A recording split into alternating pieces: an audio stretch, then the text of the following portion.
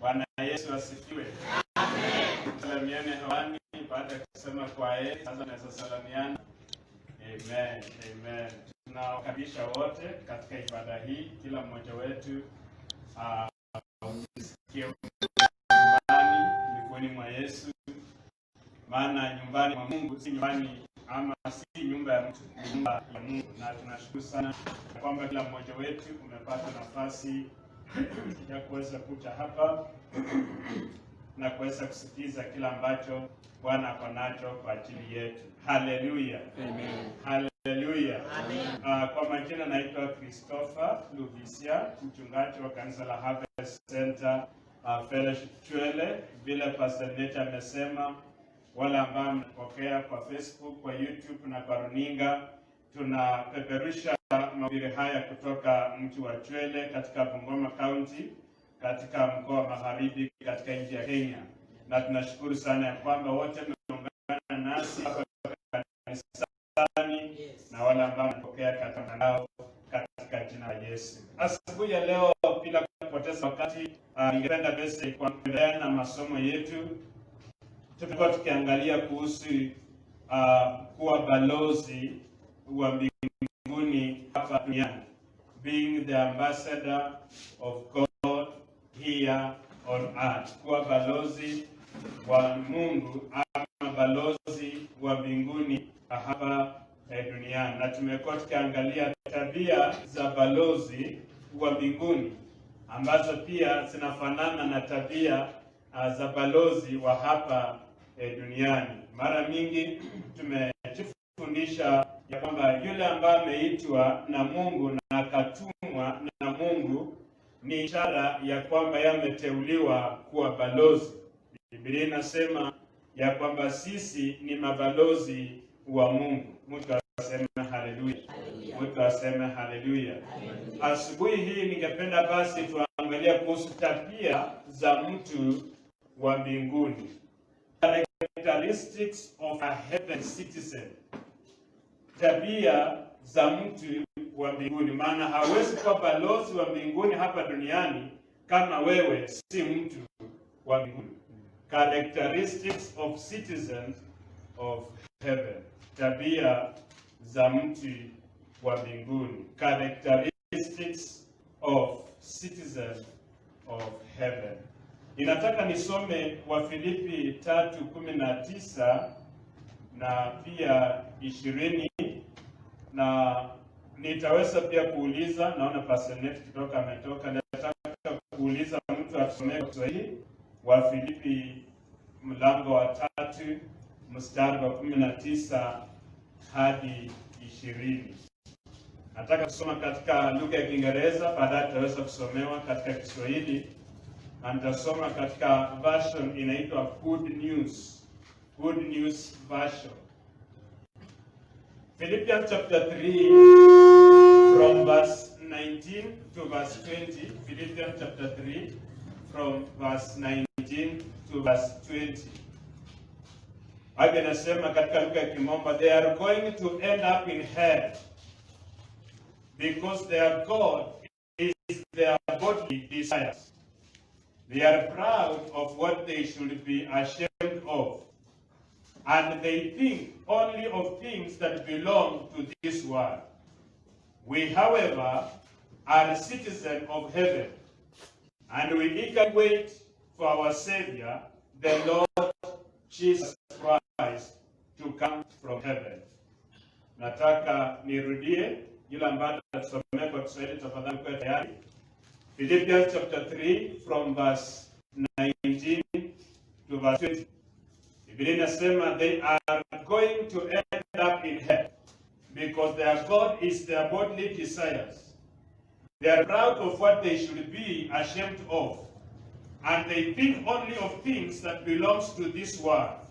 We, however, are citizens of heaven, and we eagerly wait for our Savior, the Lord Jesus Christ, to come from heaven. Tusomewe kwa Kiswahili. Wafilipi 3:19 kwa Kiswahili nasema hivi. Inua sauti kidogo. Mwisho wao ni uharibifu, Yes. Mungu wao ni tumbo. Utukufu wao u katika fedheha. Waniao mambo ya duniani. 20. Kwa maana sisi wenyeji wetu uko mbinguni. Kutoka huko tena tunamtazamia Mwokozi, Bwana Yesu Kristo. Hallelujah. They are going to end up in hell. Kiswahili imesema mwisho wao ni maangamizi, jehanamu. Because their God is their bodily desires. Matamanio yao ni tumbo na tamaa za mwili. They are proud of what they should be ashamed of. Wanajivunia kila ambacho wanafaa kufikia. And they think only of things that belong to this world. Na wao mawazo na fikira zao kila asubuhi wakiamka, shughuli zao ni kuhusu tu vitu za hapa duniani, si kuhusu vitu za mbinguni. We however are citizens of heaven. Sisi bali sisi ni wenyeji wa mbinguni. And we eagerly wait for our Savior. Nasi tunamtarajia kwa subira na kwa moyo wetu Mwokozi wetu, the Lord Jesus Christ, Bwana wetu Yesu Kristo, to come from heaven. Akuje kutoka mbinguni. Praise the Lord. Asubuhi ya leo nimekuja kwa ufupi kutukumbusha vile Paulo alikuwa anawakumbusha kwa Filipi ya kwamba ingawacha tuko hapa duniani, lakini sisi si wa hapa duniani. Ingawacha tunaishi hapa duniani, lakini sisi si wa hapa duniani. Ndio maana ni vizuri kumbuke ya kwamba kuna siku itafika, itabidi urudi kule ulikotoka. Wengi wetu tumewahi hudhuria matanga, watu wakikufa na baadaye wanazikwa. Roho na nafsi huwa inarudi kule ilitoka. Mwili na nyama huwa zinarudi kule zilitoka. Hatujawahi ona duniani roho na nafsi zikizikwa, huwa zinarudi kule zilitoka. Lakini mwili na nyama, maana Biblia inasema ilitoka kwa mchanga au kwa matope, bila shaka tunahusika, unarudi kwa mchanga na kwa matope. Na tunapoishi hapa duniani tukumbuke ya kwamba kuna siku itafika, kila mmoja wetu utaitwa urudi kule ulitoka. Mungu aseme haleluya. Nimeona watu wengi wana shughuli mingi na mambo mengi hapa duniani, which is not wrong. Lakini vizuri tukumbushane ya kwamba katikati ya shughuli mingi na harakati nyingi tulizo nazo, tukumbukange sisi si wa hapa duniani, sisi ni wa mbinguni. Amen. Mtu akiwa na medical cover, mtu akiwa na security ya kutosha, mtu akiwa na usalama wa kutosha, na masaa ya yeye kurudi kwenye alitoka imefika, bila shaka atarudi. Mungu akishahidana ya kwamba ni bila shaka imefika masaa urudi, bila shaka utarudi. Haitajalisha ni security kiasi gani iko na wewe, haitajalisha uko kwa hospitali unatibia na daktari aina gani, haitajalisha uko kwa hospitali iko na specialist kiasi gani, haitajalisha uko na medical cover inaitwa nani. Wakati wa kurudi mbinguni ukifika, bila shaka utarudi. Amen. Mtu aseme haleluya. Basi inafaa tuishi kama watu ambao ni wa mbinguni. Kila kitu ambacho umepewa hapa duniani si chako. Yes. Praise the Lord.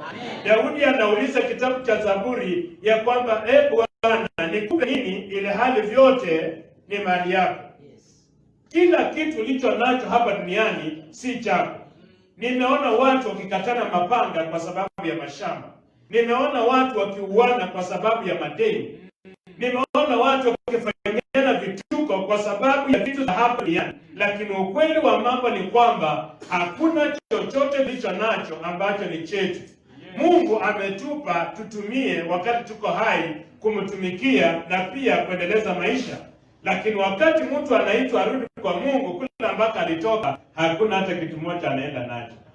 Mimi nimeshuhudia mara mingi nikiongoza matanga na mazishi. Hata moja nimeenda kuweza kwamba ili utolewa moja upelekwe mashambani ama upelekwe nyumbani kula ambako inafaa usikwe. Na mara mingi nimeshuhudia kwa macho yangu nguo ambayo mtu si nayo ndio wakati amekufa. Hata nguo ambazo alikuwa nazo si zake anaacha. Hata nguo, hata viatu, hata nini ambayo nayo si yake anaacha. Mtu aseme haleluya. Kama kweli mali ulio nayo ni yako, basi wakati mtu anakufa tungeenda withdraw pesa zote yaacha wakao, tulete magari zote na manyumba zote yamechenga, tusukume nayo kaburini. Lakini kwa sababu si mali yake, anaachia walio hai. Huwa nasikitika sana bara la Afrika na haswa Kenya. Mzee anafanya kazi kwa bidii, anapata pesa, ananunua shamba. Baadaye analima ile shamba akilea watoto wake. Baadaye mzee huyo na mama anakufa. Alafu watoto wanashika panga wanakatana kwa sababu ya shamba ambaye hawakununua. Kama mzee mwenye alinunua na pesa yake aliacha, wewe ni nani ambao umeshika panga kinyume cha ndugu yako? Kama mzee aliyonunua shamba kwa pesa zake aliacha, wewe ni nani jirani unaanza kusongesha mpaka ya mayatima walioacha? Hata upewe dunia yote, siku moja utaiacha. Yesu anauliza kitabu cha Mathayo, itamfaidi nini mwanadamu awe na vitu vyote na kupoteza nafsi yake? Ni vizuri kuwa na hizi vitu, lakini pia unajua unaenda mbinguni. Ni vizuri kuwa na hizi vitu, lakini pia ujue ya kwamba mbingu inakungoja. Watu waishi ni kama kwamba sio hapa duniani, ni watu wa mbinguni. Kuna watu tangu wazaliwa wamepika kambi hapa duniani. Hata ukimwambia siku moja utaitwa, anaona ni kama haiwezi fika. Anaimagine pesa yenye niko nayo kwa bank, nikitaka kwenda matibabu India na yasaenda. Medical coverage yenye niko nayo, nikikonjeka hata saa hii medical coverage yenye niko nayo inaamrisha ambulance inikujie. Na in fact ile hospitali yenye nimechukua kuna specialist wa aina yote. Kama kweli matibabu na madaktari na mahospitali huwa zinaponya watu, basi kuna watu hawangekufa dunia hii. Mtu kama president hangekufa. Maana pesa ako nazo. Maana madaktari ako nao. Maana hospitali speciali anaweza fika. Lakini watu wanazidi kukufa. Kwa nini? Kwa sababu kuna siku ya mtu kurudi kwa baba yake. Sijui kama unajiuliza, watu wanapikana na vitu ambavyo watu wengine wanakufa kiacha. Ni wangapi wameuana kwa sababu ya kiti cha MP na ni wangapi wamekufa kaacha hiyo kiti? Ni wangapi wameuana kwa sababu ya kiti cha president na ni wangapi marais wangapi wamekufa kaacha kiti? Ni wangapi wamepikana kwa sababu ya kiti cha ukavana na ni wangapi wamekufa kaacha kiti cha ukavana? Ni wangapi wamepikana kwa sababu ya kuajiriwa mahali fulani na ni wangapi wamekufa wakaacha kazi? Nimeona hata vijana wanapikana, wanauana. Mtu anasema huyu amechukua bibi yangu, huyu amechukua bwana yangu. Wanakutana kwa barabara na mishale na mapango, wanakatana kwa sababu ya mwanamke na kwa sababu ya mwanaume. Mimi nauliza swali, ni wanaume wangapi dunia hii wamekufa wakaacha wake zao? Mimi nauliza swali, ni wanawake wangapi dunia hii wamekufa wakaacha bwana zao? Hii vitu ambavyo tunang'ang'ana navyo, kumbusha mwenzako, ni za hapa duniani. Hakuna mtu atakufa na aende na bibi yake. Ndio ujue huyo bibi si wako. Hakuna mtu atakufa na aende na watoto wake. Ndio ujue watoto si wako. Ni Mungu amekupea tu uwalee na uwatunze. Mtu aseme haleluya. Haleluya. Tabia zetu hapa duniani inafaa zionyeshe kwamba sisi sio hapa duniani. Wewe ukikuja kwangu, wewe kama mgeni ukikuja kwangu, hautapepa nguo zote maana umekuja kunitembelea. Hautapepa chakula unatarajia nikupikia kwangu. Hautapepa malazi kama unatafuta kulala unatarajia mimi mwenyewe nikupee malazi. Bwana asifiwe. Nitashangaa sana umekuja kunitembelea na umepepa vitu zote mpaka ukapomoa nyumba ukasema nimekuja tu kutembelea. Mimi naogopa. Na hivyo ndivyo ilivyo na watu wengine hapa duniani. Wamehamisha kila kitu kutoka mbinguni wameleta hapa duniani. Hakuna rasilimali wanaweka mbinguni. Hakuna utukufu wanapeana mbinguni. Hakuna biashara wanafanya na mbingu. Wote wamehamia, shughuli zao zote zimekuja hapa duniani. Ukimwona anakimbizana asubuhi na potapota ni mambo ya hapa duniani. Hawezi muona anakimbizana potapota anaenda kufanya door to door. Ukimwona anakimbizana masaa 10 asubuhi ni mambo ya hapa duniani. Hawezi muona anaamka saa 10 asubuhi anakimbia morning glory. Ukimwona anakimbizana na pesa kwa kaunta ya bank, ni mambo hapa duniani, anataka kwenda kulipa chama. Hawezi muona ametoa pesa mingi hivyo anatoa kwa mchango yanunue kanisa ama inunue plot ya kanisa. Watu wamepika kambi hapa duniani. Mimi nimekuja asubuhi ya leo kuwakumbusha ya kwamba even though we are living in this world, we are not of this world. Amen. Na ninamaanisha hivi. Haleluya. Amen. Mtu asiogope. Usiwahi ogopa. Kuna watu wanaogopa, hata tukitaja leo kifo, kuna watu wanaogopa. Qualification ya kurudi kwenye ulitoka ni kukufa. Leo nikuuliza ngapi nataka kwenda mbinguni? Inua mkono nione. Okay, watatu. Okay, sasa ngapi nataka kufa, lakini wangapi wanataka kwenda mbinguni? Niona kwa mkono. Amen. Haleluya. Hata Elijah mwenye alipekwa bila kufa, kwa sababu kuna watu wawili ama watatu wenye walienda mbinguni bila kukufa. Mmoja anaitwa Elijah, mwingine anaitwa Enoch. Hawa wawili hawakuonja kifo, walienda hivyo, mwili wao ulibadilishwa, it was transfigured, ama ilibadilishwa ikawa mwili wa kiroho. Kwa hivyo kama unataka kwenda mbinguni bila kukufa, basi tembea level ya Elijah, tembea level ya Enoch. Biblia inasema kwamba Enoch walked with God until he was no more. Lakini kuna watu wameokoka na wanaamini wanaenda mbinguni, lakini wanaokoka kufa. Kifo mara nyingi katika matanga ya Mkristo huwa tunasema huyu mtu amepewa cheo. Kwa Kiingereza, he has been promoted to another glory. Hatusema is dead. Yesu anasema vizuri katika matanga ya Lazaro katika Yohana 11 ya kwamba ukiniamini hamtakufa. If you believe in me, you will not die. Na hata mkikufa mtaishi tena. Hata mkikufa mtaishi tena. Kwa hivyo kwa kila mtu ambaye ameokoka kunalo tumaini. Haleluya. Ya kwamba hata tukikufa tutaishi tena. Amen. Nimekumbuka wimbo nina amani tererere, nina amani tererere, nina amani tererere, hata nikifa. Kenya msiangi hizo mnasikianga hiye au sio ria. Na tabia za mtu wa mbinguni ni gani? Hapa tuko na watu hapa kanisani, tuko zaidi ya watu 40 saa hii. Lakini mimi kama pasa siko sure kama watu wanaenda mbinguni. Uliza jirani, unaenda ama ni hapa tu? Na ukiona jirani aongei, ni kubaya. Nataka tuangalie tabia za mtu wa mbinguni. Ujue kama uko hapa duniani unaenda ama uendi. Ni rahisi kuconfess kwamba naenda, lakini pia ni vizuri kujua. Ujiwaze unaenda ama uendi. Bwana asifiwe. Maana vitu mingi zenye watu wanaangalia hapa duniani ama watu wamezingatia hazifanani na hazikubaliani na hazijiani na mambo ya mbinguni. Praise the Lord. Na ni vizuri katika dunia hii ambayo imechafuka sana niwakumbushe ya kwamba mbingu ingali inatungojea. Hallelujah. Tabia ya kwanza. Characteristic number 1 of citizen of heaven is that our word is true. Tabia ya kwanza ni kwamba neno lako ama neno letu ni la ukweli. Kama unaenda mbinguni ama kama wewe ni mtu wa mbinguni, your word or your words must be true. Matthew chapter 5 verse 37. Mtu wa Kiswahili akuwa chonjo. Matthew chapter 5 verse 37. Inasema hivyo katika New King James Version. Matthew chapter 5 verse 37.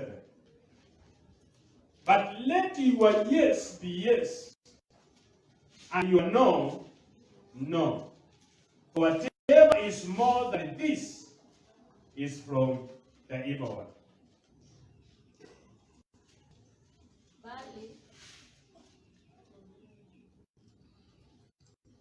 But let your yes be yes, and no, and your no, no.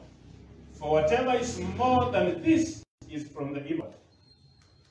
Bali maneno yenu yawe ndio, ndio, sio, sio, kwa kuwa yazidio hayo yatoka kwa yule mwovu. Dalili na tabia ya kwanza ya mtu wa mbinguni ni kwamba neno lake kama ni ndio, ni ndio. Neno lake kama ni la, ni la. Biblia inasema Mathayo 5:37 ya kwamba maneno mengine ambayo yanaongeza kwa ndio ama la ni ya kutoka kwa mwovu. Bwana asifiwe. Amen. Kwa sababu wewe ni mtu wa mbinguni, maneno yako yakuwe ya ukweli, yasiwe ya uongo, yasiwe ya udanganyifu, yasiwe ya uchanja.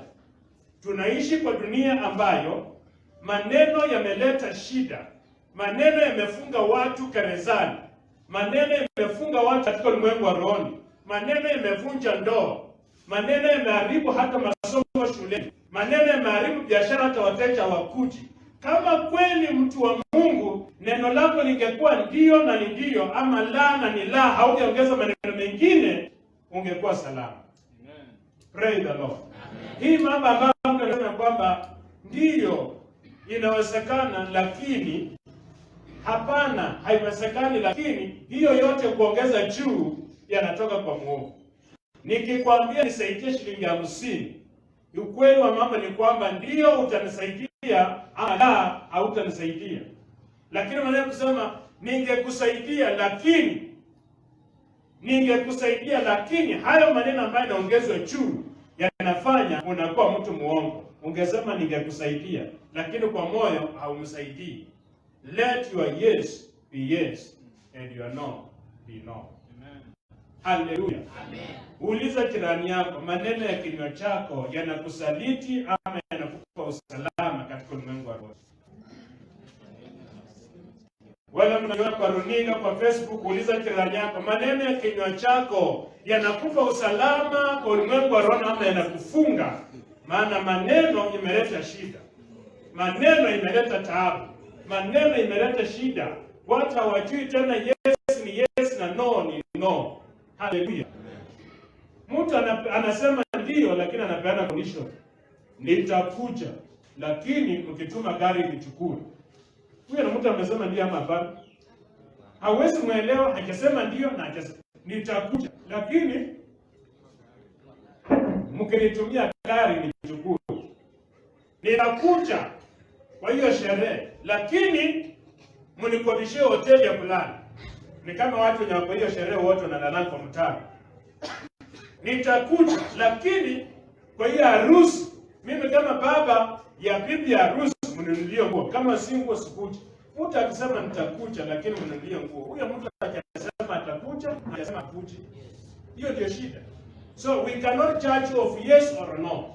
That is why Bible inasema let your yes be yes and let your no be no. Number 2, tabia ya pili ya mtu wa mbinguni, mtu ambaye alitoka mbinguni, mtu ambaye anaishi hapa duniani akitarajia kurudi mbinguni. Tabia ya pili ni hii: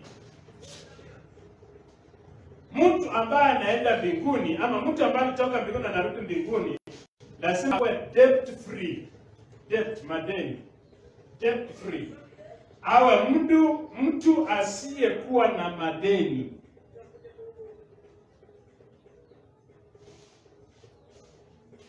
Mtu asiyekuwa na madeni. Maana ukiwa na madeni hapa duniani, hata ukienda mbinguni watu hapa duniani watadai urudi, walipe kwanza.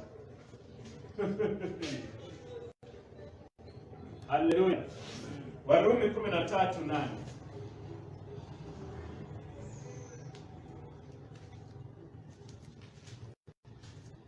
Romans chapter 13 verse 8 tunasoma New King James Version. Bible inasema oh no one anything except to love one another, for he who loves another has fulfilled the law.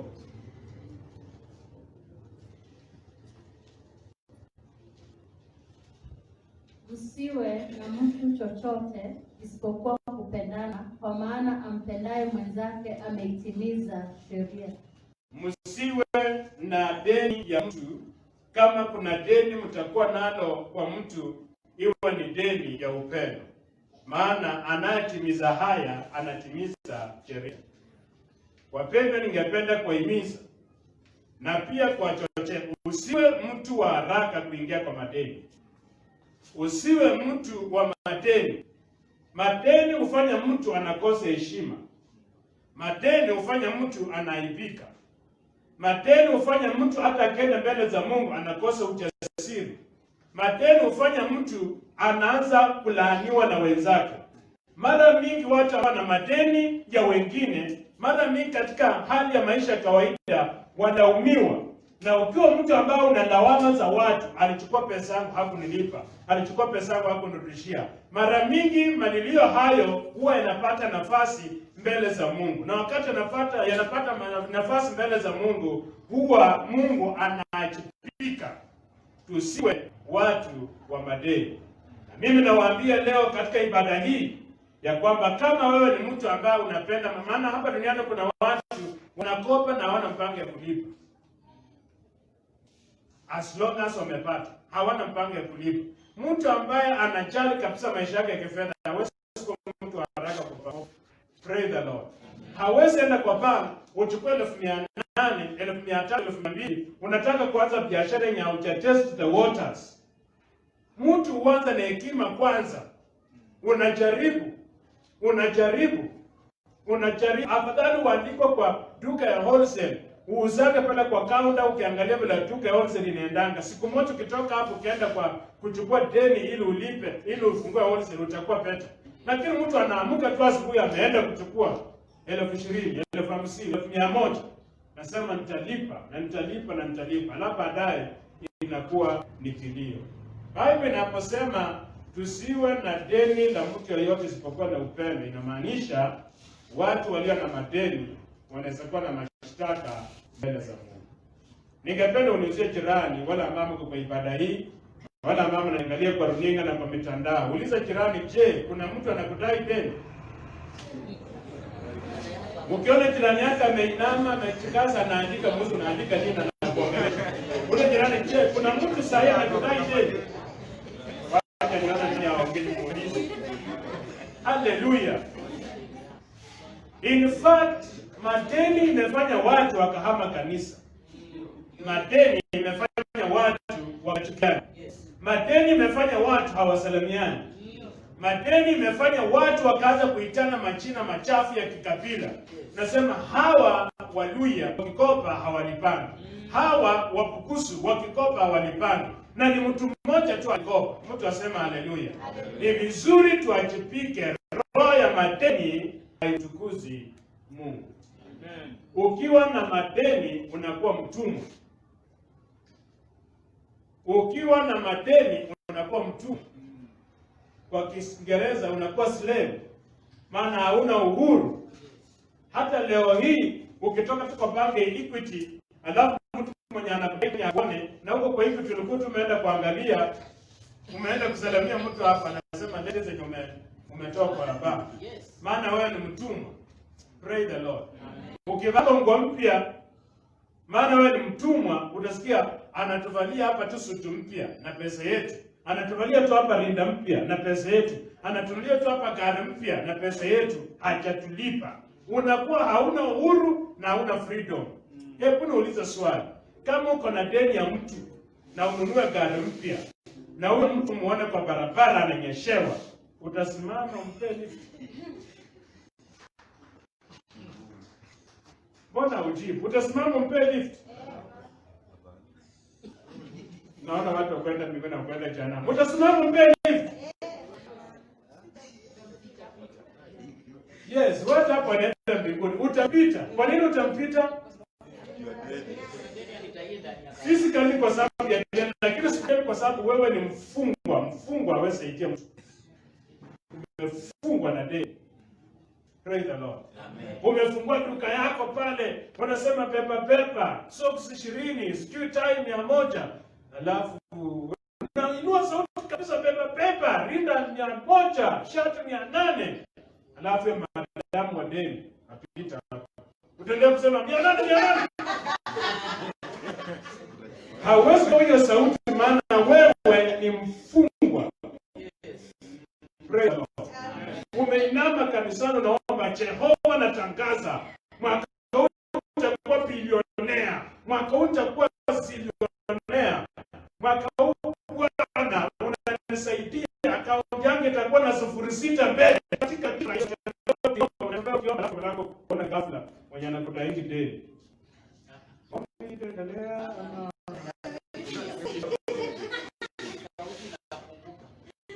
Na ndio wana clear kwamba mtu wa madeni unakuwa mfungwa.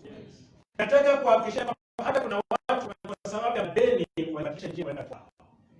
Hallelujah. Wewe si wewe. Siku hizo rafiki yako hapo enda kwao. Kwa sababu ya madeni watu walipandisha hata duka ya kununua vitu.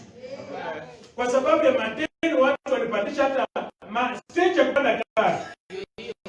Anajua Karen yako na saloni pale kwa stage na alishuka pale na hapo lipa. Sasa anasema nitaenda kupatia pecho safari kwa hawezi kupatia kusema dada atamuona. Kuna watu hapa hapa. Ukiangalia chini ni wewe ambao unaniona kwa runinga, ukiangalia chini ni watu hapa. Siku hizo wapitia barabara ndio walikuwa wakipitia. Siku hizo hata mahali walichotaka maji walibadilisha. Kenya walikuwa vitu walibadilisha. Haleluya. Amen. Ni wangapi hapa mko na flisa?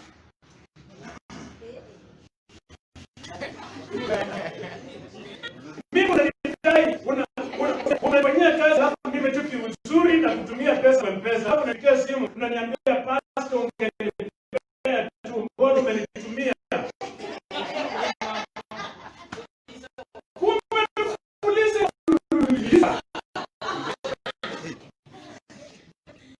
Ukitaka kutoka deni uchumi, natuliza mlolokopa hapo.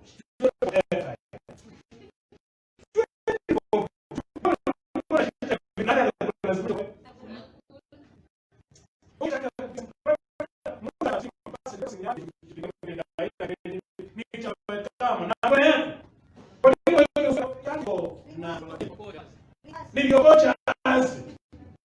Okay, reverse ama reverse. Pata table, bro. Imagine, jaribu kwa leo. Kwa sababu nasikia uchungu.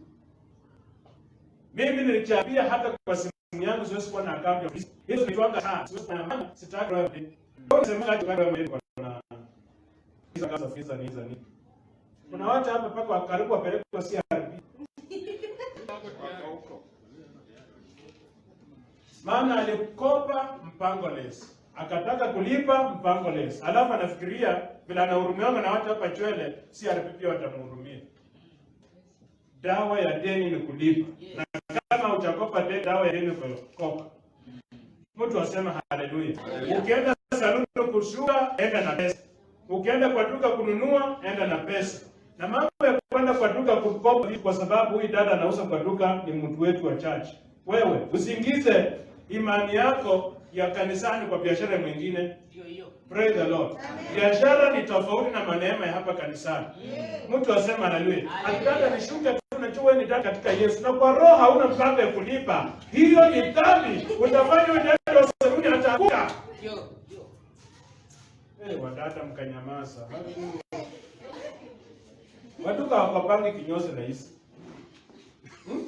Kuna wengine unataka kusema ati kinyozi lele duka anakuambia bwana hii inatumia stima toki sitazima hai. Kwa hivyo mtu wa kinyozi mnampea kichwa atoe nywele na wanamlipa pesa. Lakini saluni mara mingi kuna ujanja huko. Watu hao wanatoa madeni, wanaweza kuwa na accusation mbele za Mungu. Shetani anaweza kupeleka mbele za Mungu na mashtaka. Na wasipata nafasi kwa ufalme wa Mungu. Wapendwa, safari ya mbinguni si karibu. Hawezi hata mbinguni maana wanafanyanga rapa ribi roho. Hawezi enda mbinguni maana unaendaga church na siku. Hapana. Kuna mambo Mungu anaangalia. Ndio maana kitabu cha Mathayo 7 from 21 mpaka 25 pale kuna scripture ambayo inasema sio wote wanaitwa Bwana Bwana watauona ufalme wa Mungu. Ufalme wa Mungu na manifest kwa njia mbili. Inatakana tu manifest ufalme wa Mungu tukiwa hapa duniani na baadaye tukaenda katika maisha yajayo. Hiyo ndio kuona ufalme wa Mungu. Lakini kuna watu hapa duniani madeni wanaliliwa, kila mtu anawalia. Kwa hivyo ufalme wa Mungu haudhihiriki. Na baadaye kama wanainuliwa red card wasema kufa, pia haendi. Madeni imefunga gate. Praise the Lord. Amen. Usiwe mtu wa madeni. Paka unaona mtu wa madeni hata kwa matatu. Watu wote wanalipa 250 kwa kutoka Mayanja mpaka Joel. Yeye ameinsist tu anataka kulipa 30. Na amesukuma kabisa conduct niko na 30. Niko na 30. Kutoka Mayanja mpaka Joel 30. Wapendo, nunu wako gari weke mafuta ya 30 uone kama itakufikisha. Mtu wa deni hata kwa ATM ya maziwa. Watu wananunua tu lita moja shilingi 50. Wewe umeleta 45. Niko na 45. Niko na 45.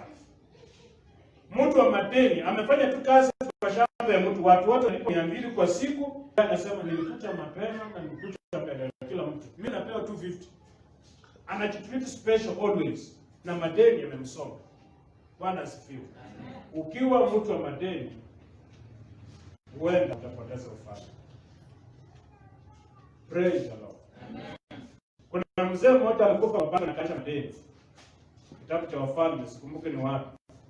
Watoto wake walipata shida. Na mwenye kudai deni alikuja akachukua watoto anataka kuwapiga mnada. Ilibidi mtumishi wa Mungu aingilia kati. Kaambia mama, ende uchukue majirani mitungi. Umwake ndani mali mafuta unasema uko nayo. Na baadaye hakumwambia nini itatokea. Ende umwake mitungi mingi.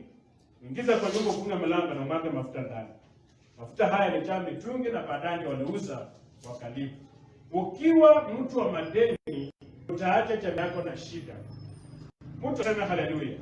Ukiwa mtu wa madeni utaacha jamii yako, mke wako, bwana yako kwa shida. Imagine mzee alikufa akiwa na deni la banka, alafu watu wa banka wanataka kuchukua shamba. Mzee alikufa akaenda. Nani amepaki na nini? Shida tu. Tusiwe watu wa madeni. Praise the Lord. Narudia tena, tusiwe watu wa madeni. Haleluya. Najua useme ameni ya nguvu maana safari kwa mwanakudai. Usiwe mtu wa madeni, mtu aseme haleluya. Haleluya. Tabia ya tatu ya mtu wa mbinguni anayeishi hapa duniani. Tabia ya tatu. Hawezi jiita balozi wa mbinguni hapa duniani, naona hizo tabia za mtu wa mbinguni. Number 3, parents instruct their children.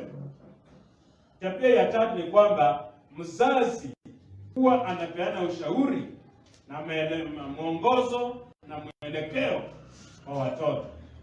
In this kingdom, uwe kijana siku moja utakuwa mzazi. Uwe mtoto siku moja utakuwa mzazi. Uwe mzazi unaendelea kuwa mzazi. Hata uzeeke wengine watakuita shosho, wengine watakuita mama. So parents instruct their children. Katika ufalme wa Mungu, tabia moja ya mtu aliyetoka mbinguni anaishi hapa duniani na pia anatarajia kurudi mbinguni kwamba anaajibika kwa watoto wake. Mzazi anaajibika kwa watoto wake. Mimi nataka kuwakumbusha wale wote ambao mmeokoka ya kwamba hakuna mtu atakulelea watoto. Hakuna mtu atakutunzia watoto. Wakati maybe Mungu amekuita umeenda mbinguni mapema na ukaacha hapa watoto hapa duniani, that is a different case.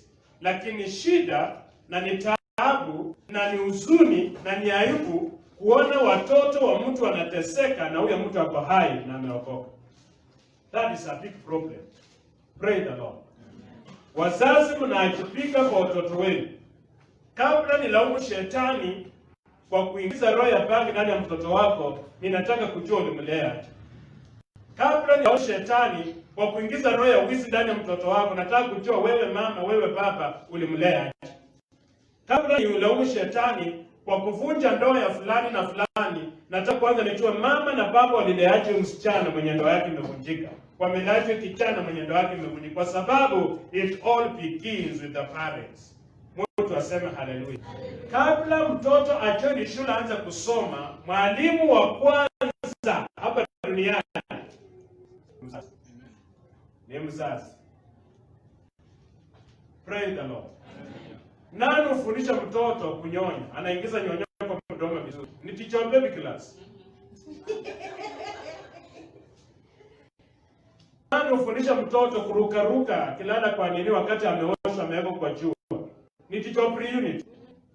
Mwalimu wa kwanza wa mtoto ni mzazi.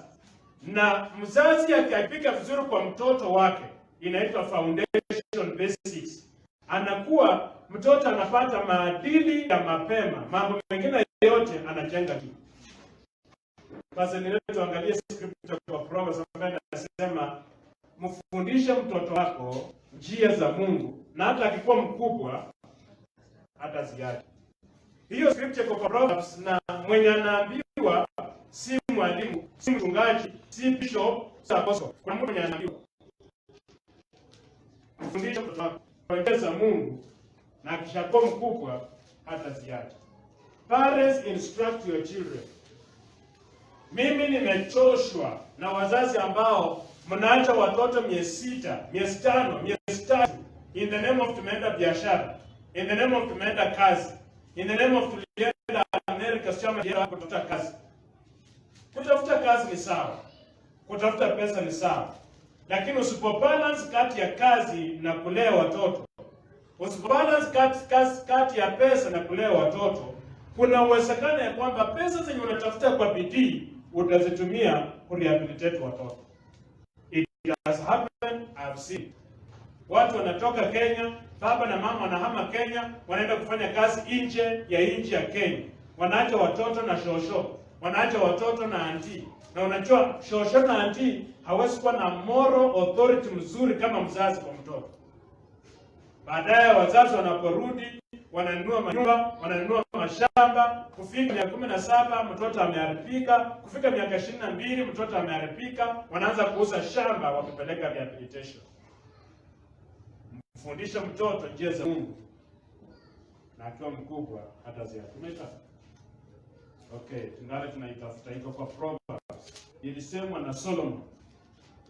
Praise Lord. Ningependa kuuliza wazazi mlio hapa. Bwana asifiwe wazazi.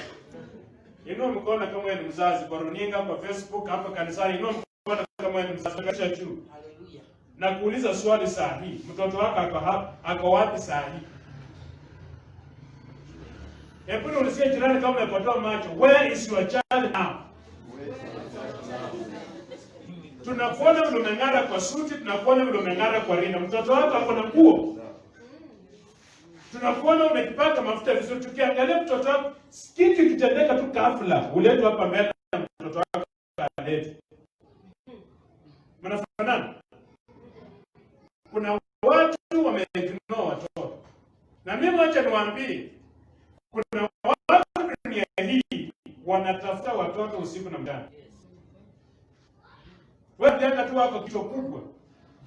Mtu akidondoa hawezi mtu kichwa kubwa. Kichwa kubwa inazaga. Wewe ni chinga. Mwerevu hawezi chinga. Ni chinga.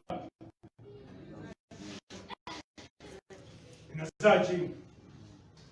Wakati ndio mtoto anapochafu, unamrushia mtoto kutusi, ujue tu ya kwamba unajitusi. Unajitusi. Brother. Watoto wako wapi sasa? Kuna wazazi hata hawana aibu, wanaoka asubuhi, wanavaa vizuri, wanaenda church, na anaambia mtoto msichezee kwa nyumba, mwende mchezee kwa barabara, mwende mchezee uwanja. Yeye anaona hakuna haja ya mtoto kwenda kanisa. Na wacha niwaambie, maana mimi nimehubiri kwa crusade, mimi nimehubiri kwa redio, mimi nasambia ukweli. Mtoto ni amelelewa kwa njia za Mungu akiwa mdogo. Hata kitu kitatoka baada kutoka kwa njia za Mungu kimhubiri utarahisi. Lakini mwenye mzazi anaacha kimwacha. Huyo mhubiri hata mchize kitendeka anafanya sema huyu hapa mgonjwa alifanya hata amepona. Huyu akiwa kiwete alikifanya tu ati ni kiwete. Hata amini maana ni kichwa ngumu na ni romawe. Where is your children? Mara ya mwisho nilio mtoto wako kiatu ni lini? Kila mwezi naona ukivaa ming'aro. Ya mtoto iko wapi? Kila mwezi naona ukivaa ming'aro. Uko na nguo ya chama ya Januari, uko na nguo ya chama ya Disemba. Kila chama unaenda na nguo mpya. Ni ukweli na tunashukuru mtoto wako. Angalia vile wameenda shule na suruali ziko na matoto nyuma. Angalia vile wameenda shule na marindo wameshona na ya brown na ya yellow na ya green west original color. Ilikuwa kali. Watoto wenu wameenda wapi? Watoto wetu wako wapi? Mimi nauliza tabia nyingine ya mtu kwenda mbinguni ama mtu wa mbinguni ambaye hata kuwa na maswali mbele ya Mungu ni kujipiga kwa mtoto wako. Praise the Lord. Kujipiga kwa mtoto. Imani kunakuwa na mzazi hapa ameruhusu mtoto wake akaenda Koinange. Nifikiria Koinange iko Nairobi peke yake. Hadi siku moja nilishuka Kandui saa 8. Nikajua Koinange iko everywhere. Nilifikiria Koinange iko Nairobi peke yake mpaka siku moja nikashuka Chwele saa 7. Nikaona watu vinyasa fupi 3 floor. Wewe unasikia parade umevaa sweta 5. Yes, praise the Lord. Mungu anauliza mbona umeruhusu mtoto wako akaandika kwa paa?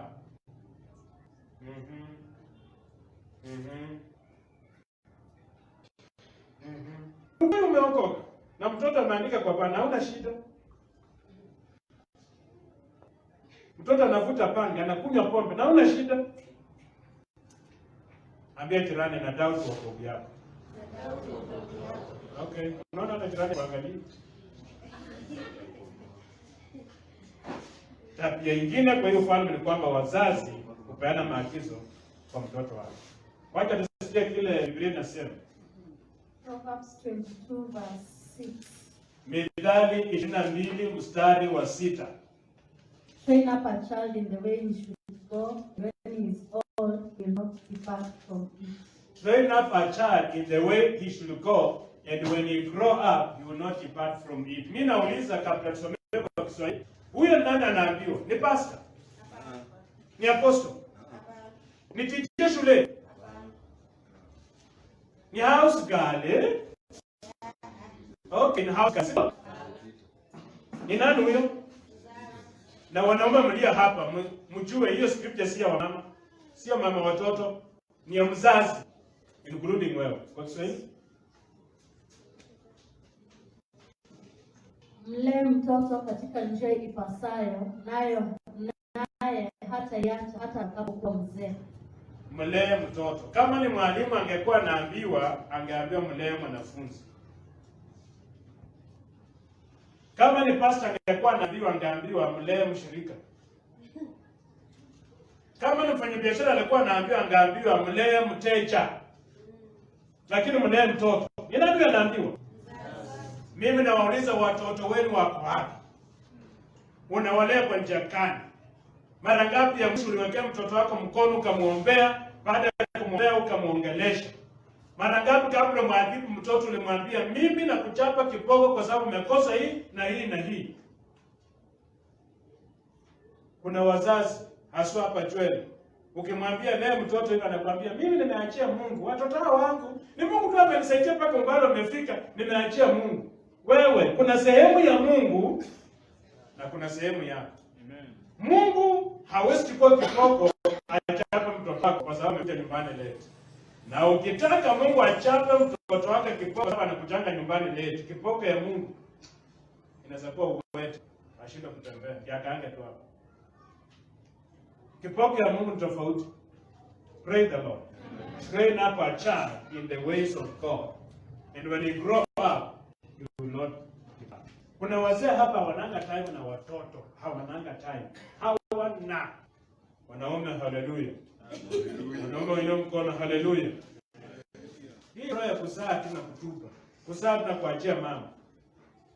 Mama hawezi. Do you know that mtoto mwenye amelelewa na mama peke yake na mtoto mwenye amelelewa na baba peke yake hao ni watoto wawili. Na mtoto mwenye amelelewa na mama na baba hao watoto aina tatu, they are very different in characters. Amen.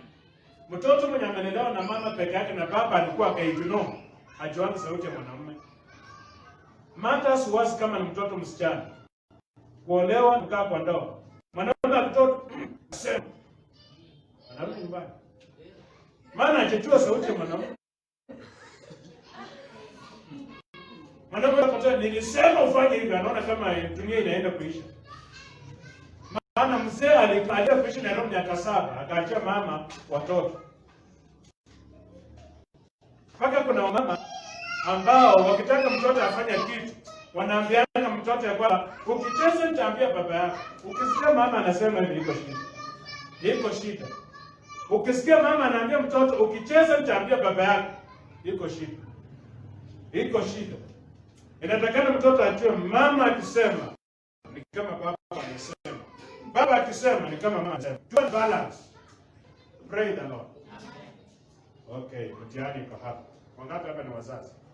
Ninawapa mkono kama ni mzazi. Nataka kuuliza swali, ningejua kama unalea ama ulei. Mtoto akitumwa shilingi 50 shuleni, mwambie mzazi wako kesho kuja na shilingi 50. Akifika nyumbani anaenda kwa baba ama kwa mama? Kwaka anaenda kwa mama. Kila mtu ajijibu. Ukiona mtoto akitumwa shilingi 50 anakimbianga kwa mama sana, mzee, ukiangalie iko question mark. Yes. Hana uhuru, hana freedom. Ukienda anakimbianga kwa baba sana na acha mama, iko question mark. Iko question mark. Pray the Lord. Watoto wetu paka leo, hata akuwa na kiatu, hata akuwa na shati, hata aletewa nyingi, hajuagi kati ya baba na mama ni nani amenunua. Utaona ameenda kuambia mama asante kwa nguo mpya, amemwambia baba asante kwa nguo mpya, lakini hajui ni nani amenunua. Lakini tabia ya mtoto amekuja kwako Mrs. Zeke, teacher alisema tuende shuleni na slippers, unamwambia ende waambie mama yako na ukali. Mtoto atatoka aende kwa mama na kuanzia siku ataokoka. Yes. Inatakana useme nimesikia, alafu muitane kama mkutano na mama. By the way, nani hapa mtoto alimwandikia barua mzazi? Hakuna. Sio mwenyewe ulizaa. Alafu inakuacha kama unaitisha 50 bob, enda kwa mama. Enda kwa baba. Alikuwa? Hakukuwa? Praise the Lord. Train up a child in the ways of God. And when he is grown up, ataziacha. Ephesians 6:4 inasema, Ephesians 6:4 inasema, parents, do not treat your children in such a way as to make them angry. Instead, raise them with Christian discipline and instruction. Ephesians chapter 6 verse 4. Wazazi, parents, do not treat your children in such a way as to make them angry. Wazazi msikuwa wakali sana kwa mtoto. Akina baba msikuwa by the way, Biblia inajua wa baba. Mimi nikigrow hivi Mr. Peter, mimi nikigrow nikiwa mdogo. Anytime mcheza baba alikuwa ni kwa mama yako huko. Toba. Mchezo ilikuwa kwa mama. Ilikuwa siku yenye baba kumeshirikana, baba anaenda matanga na anarudi kesho. Hiyo siku tutacheza mpira vizuri, tutaoka vizuri, tutarudi nyumbani saa yenye tunataka. Sasa shida ni kesho. Mzee akifika tu kesho akikuangalia TV ya mwana msana. Jana ulioka, jana rudi hapa saa ngapi? Ng'ombe zilishiba. Mbona mwewe ilishika vifarango ukiwa wapi? Maswali mengi. Brain hapa chana. Kuna wazazi ambao ni wakali sana kwa mtoto. Wacha niwaambie kitu. Ukuwa mkali sana haisaidii mtoto. Pray the Lord. Kuna msichana rafiki yetu ambaye alikuwa university. Hallelujah. Amen. Ako university kia. Na kijana akamuuliza, hiyo mchezo wa vijana na wasichana na wavulana, akamuuliza, akataka wafanye dhambi na yeye. Msichana kwa ujasiri alikataa. Na aliporudi nyumbani baada ya semester kuisha, wakati walifunga ama sio walikuwa likiza, akaenda nyumbani. Wakati wanakula kwa meza, akaambia dad na mama, wacha niwaambie kitu. Na anacheka. Na anawaambia, imagine last week kuna kijana alinikatia. Huyo ni msichana anaambia baba na mama. Pray the Lord. Unaona msichana wake anaweza kuambia? Kwa sababu yeye ni mkali. Wewe ni mkali. Unaona kijana wako Anaweza kuambia siku hizi tangu ajoin shule form 2 sasa ameanza masturbation. Unaona anaweza toka tuko na utezi na akwambia ukali yako haikusaidii. Anaogopa. Hata kuna wamama hapa akishatoka kwa fulana ndio amekatia. Kila siku tunapanga kazi yako ni kufikiria tu choo. Ndio maana anaogopa. John itakuwa sasa ni kipoko. Akaenda kwa duka na apate line mrefu hapa kwa makini na anunua kitu achelewa akirudi nyumbani sema umetoka kukutana na John. Sasa wanaogopa. Parents, wanaume, wababa, msio wakali wa watoto wetu. Mtoto anaandika birthday ya baba yake, mtoto anaandika barua kwa baba yake kumshukuru wakati wa birthday, kila woga anamwambia baba, my father, I am so happy to have a father like you. I am praying. Hiyo ni barua msichana anaandika baba yake. I am praying that when I grow up, I get married to a man like you. Msichana akakwambia nataka kuolewa na mwanaume kama wewe. Utamwambia kucha. Yale vizuri. Umemwona wapi? Kwa sababu yeye ni mkali bila mpango. Ama ni kijana anasema mama, nataka nikugrow nione mke kama wewe. Unasema umeona wapi? Umeanza kunifananisha na nani? Niambie ukweli. Najua na kujua unaficha kitu, niambie ukweli. Kwa sababu ya kuwa too harsh. Mlee mtoto kwa njia za Mungu. Akigrow hataziacha. Pray the Lord. Do you know that leo kuna watu wazazi hata wanaweza kuwa hapa. Mtoto akoleza ni 18 years lakini she is no longer in your hands. Amekushinda. Sasa unasukumia pastor niongeleleshe huyu mtoto. Hata kuna wazazi anaenda anachukua shilingi 400 anapea polisi anamwambia nenda chukua mtoto wangu kumchaji kwa sita vizuri. Na akaa kwa sababu kutoka asubuhi mpaka jioni alafu utakuja kumchukua. Ukianza hivyo na ni mtoto miaka 16 ukianza hivyo by the time anafika 20 years utahama. Haina maanisha kwa miaka 5 akiwa miaka 10 akiwa miaka 3 you was no hauko unajali kumlea na kumtunza. Wanaume mlia hapa ni mara ngapi unakaa na kijana kama kijana wako anambia mimi nilikuwa rika yenu na nimejifundisha mambo ya safari. Ukitaka kufuata haya maisha kama kijana ambao utakuwa mwanaume baadaye, kaa hivi. Kama mama unataka na msichana wako anambia, mimi nilikuwa msichana, sasa hivi mimi ni mtu mzima. Mkiniona nimeolewa na baba yenu na nimekaa na nyinyi hivi kwa ndoa mzuri, kuna vitu nimejifundisha. Ukitaka kuwa msichana mzuri ambao utakuwa baadaye mama mzuri, kaa hivi. Kwa mama wako busy. Chukua pesa shilingi 50 na kwenda vitunguu tutuni miezi 6. Miezi 10. Na ndio baada ya pesa nyingi lakini mtoto achieve mtu wa bodaboda alifanya nini juzi? Train a child in the ways of God. Sasa leo tujue kama unaenda mbinguni, chunga mtoto wako. Chunga mtoto wako. Nimeona movie kwa MPCI siku nyingine tukiwa na pastor kwa nyumba.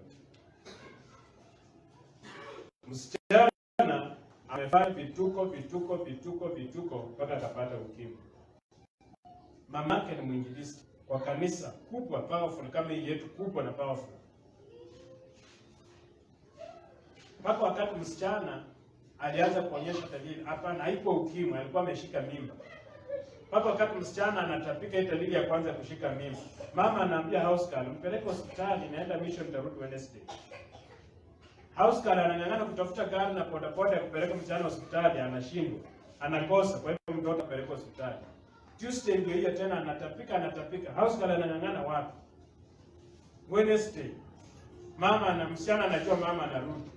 Msichana akaenda akachukua madawa akakunywa ile mtoto atoke. Baadaye mtoto kutoka karibu akufa. Alirudia ICU. Walimpeleka hospitali kama mahututi. Kwa hospitali wakafanya kila kitu bidii haraka na alikuwa mtoto tajiri. Mtoto akaponea chukuchuku. Mtoto alipopona akafungua macho. akajirudia, akapata kwenye eneo mimba imetoka, amefanyishwa mambo, amefanyishwa vituko. Mama akuja pale akamradia kwa kifua, akamwambia mtoto wangu pole, akakufa. Mtoto akasema, akasukuma mama, akasema mama toka hapa. Wewe ni mama ikani. Unaenda kuambia watu wengine mimi ndio. Unaenda kuambia watu wengine dhambi na mimi niambie dhambi. Unaenda kuambia watu wengine yenye mbali mimi niambie. Unaenda kuambia watu wengine tuende mbinguni na mimi niambie kuna mbingu. Wewe si mama yangu. Hii shida nimepitia ni kwa sababu ya wewe kutoajibika kwangu kama mama yangu. Na kuna watu wa mwili wa Kristo kwa kanisa wasipojiandaa na kuanza kulea watoto wao vizuri, hiyo kilio inazopatikana. If you fail to train your children in the ways of God, no other person will train them. Hakuna mtu mwingine. Training ya kwanza inaanzia nyumbani. Sasa shida ni hii. Wakati wakati wa nyumbani, nyumbani ni kama darasa ya kutrain watoto. Vile zenye mnafanya, vile zenye mnaona kwa TV, msiki yenye mnasikiza, kukatika kwenye unakatika wewe mama mbele msichana wako. Kunaongea louder than kile chenye atafundishwa na mtu mwingine. Pray the Lord. That is why you should be very careful. Watoto wetu wanaona mambo, lakini kwa sababu ya heshima hawezi kuuliza. Wakishakutana rika yao, wanaanza kusenganyana. Mimi mtoto ambaye kuja kuniambia pastor, enda uambie baba aache kupika mama. Nauliza mtoto, baba alipika mama, maana hao wapendwa wawili najua wameokoka. Mtoto ananiambia, baba alilalia mama akampika, nilikuwa nasikia mama akilia.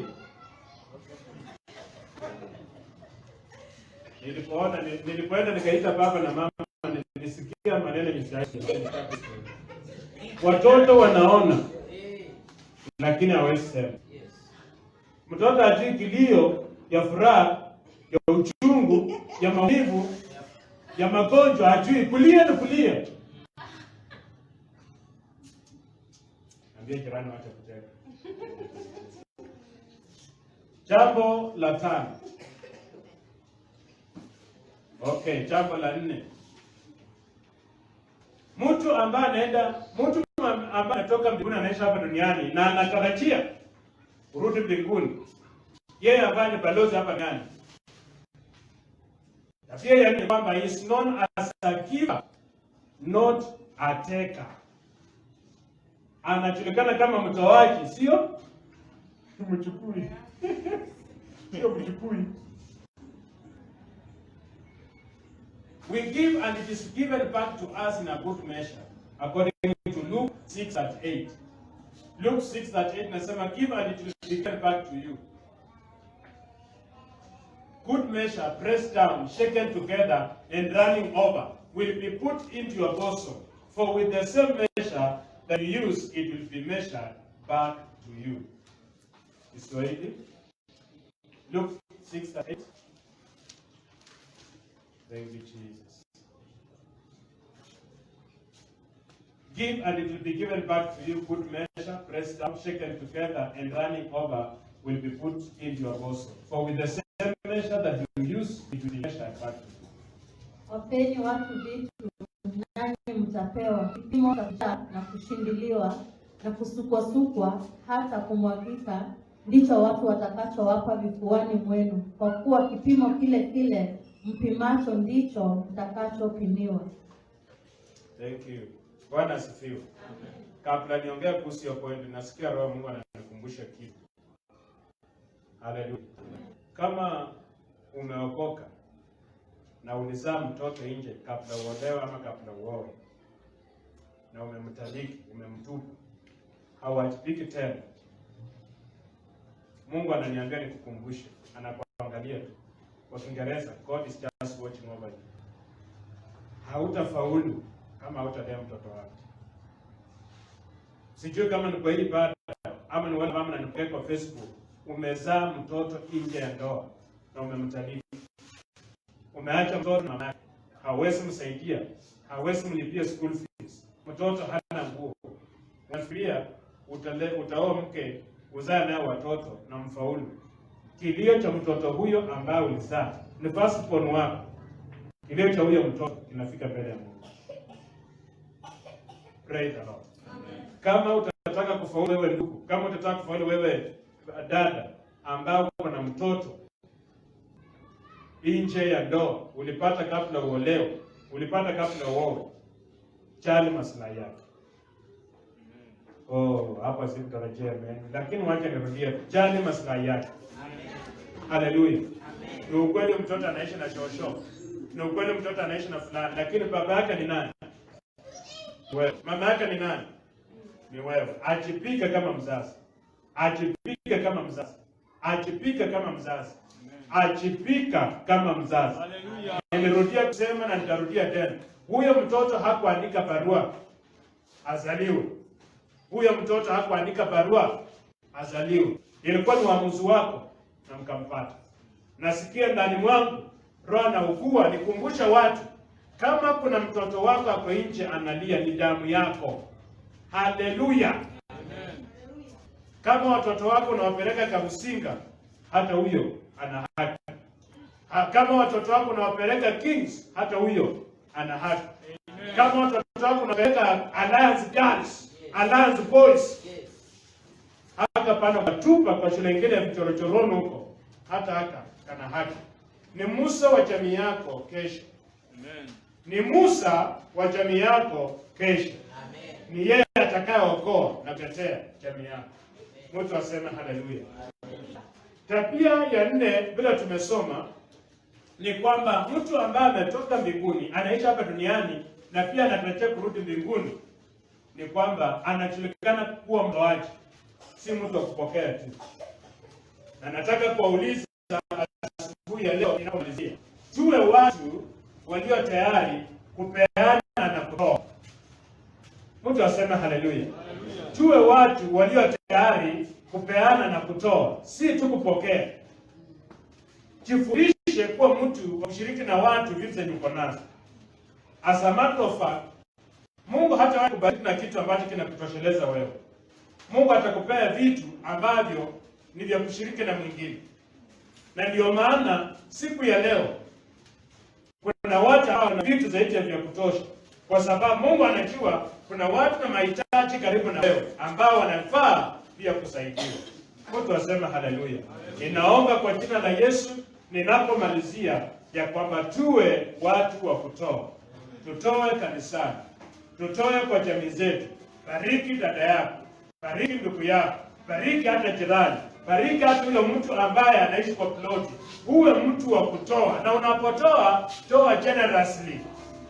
Unapotoa toa, unapotoa toa ongea kwa sauti. Ukitoa utoa kwa ukarimu, pana toa kipima, toa kwa ukarimu, kwa moyo wote.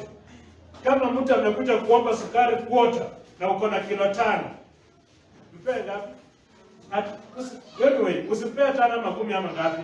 Mpe zaidi ile ambayo amekuomba. Yesu akawaambia kwamba ukiambiwa pepe mai moja, wewe enda extra mile. Enda extra mile. Hebu niulize swali. Haleluya kanisa. Amen. Haleluya kanisa. Amen. Nani atikishi mkono? Haleluya. Amen. Leo ni Sunday. Ni watu wangapi umewabariki na kitu tangu Monday?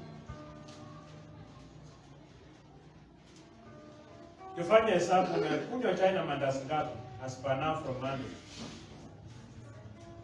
Nyanya, vitunguu, mboga, maziwa.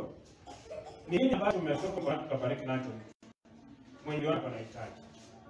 Ufalme wa Mungu ni wa watoaji. Mungu mwenyewe ni mtoaji. Yesu mwenyewe ni mtoaji. Kwa hivyo sisi ambao ni ufalme wa Mungu pia tuwe watoaji katika jina la Yesu.